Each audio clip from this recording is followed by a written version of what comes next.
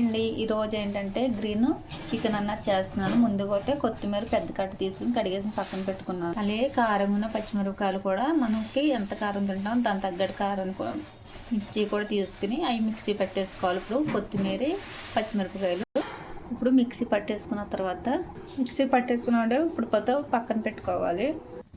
Hi అండి, ఇప్పుడైతే green chilli chicken కోసం అయితే ఆయిల్ అన్నది వేసి కళాయి పెట్టుకున్నాను. ఇప్పుడైతే బిర్యానీ ఆకు, కొంచెం దాల్చిన చెక్క, ఇప్పుడైతే ఉల్లిపాయలు, ఒక టమాటా కూడా కట్ చేసుకున్నాను.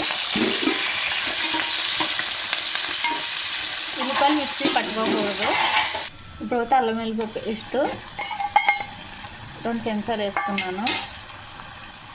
ఒకసారి కలిపేసుకున్నాక ఏదైతే మిక్సీ కొత్తిమీర మిక్సీ ఆడుకున్నాం కదా, ఇది కూడా వేసుకుని బాగా వేసుకోవాలి. ఒకసారి మిక్సీ కూడా శుభ్రం కడిగేసుకుని వేసుకుంటే ఒకసారి బాగా కలిపేసుకోవాలి. మనం కారం వేయకుండా చికెన్లో అయితే సరిపడగా కారం కావాలంటే పచ్చిమిరపకాయలు కొంచెం ఎక్కువ వేసుకోవాలి. ఇప్పుడు అల్లం వెల్లిపాయ పేస్ట్ వేసాం కాబట్టి అందుకే ఇప్పుడు అయితే మాంసం వేసుకోవాలి. అల్లం వెల్లిపాయ పేస్ట్ అన్నది నీళ్ళు ఇంకిపోతే కనుక దానికి అల్లం వెల్లిపాయ మాంసానికి పట్టదు, అందుకని ముందుగా వేసుకోవాలి.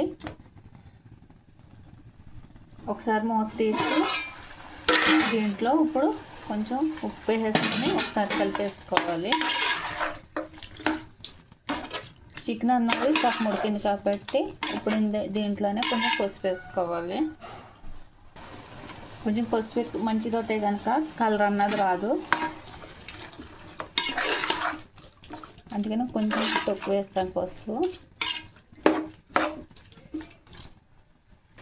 ఇప్పుడు గరం మసాలా, ధనియాల పొడి ఇవన్నీ కారంలో నేను అయితే వేయలేదు, మిక్స్ చేస్తాను కదా.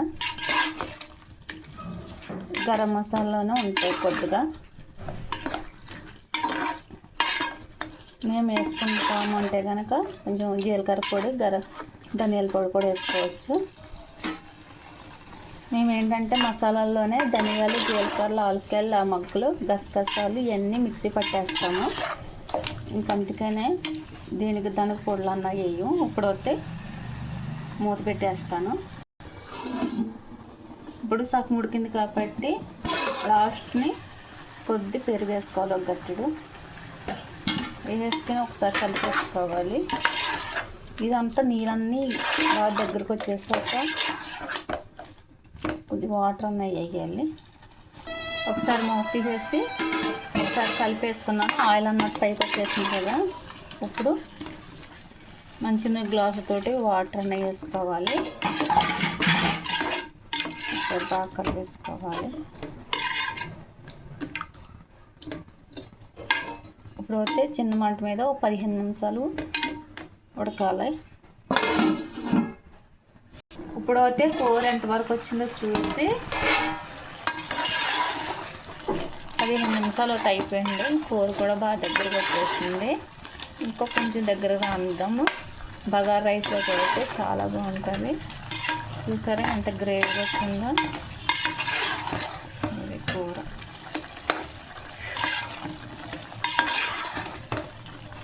కొత్తిమీర, గ్రీన్ చిల్లీ చికెన్ మొత్తానికి అయితే కూర వచ్చి చాలా దగ్గరకు వచ్చేస్తుంది. ఇప్పుడు గ్యాస్ అయితే ఆఫ్ చేసేస్తున్నాను నేను. మీకు ఈ వీడియో నచ్చితే కానీ లైక్ చేయండి, చాలా సింపుల్ అండి, మీరు కూడా ట్రై చేయండి.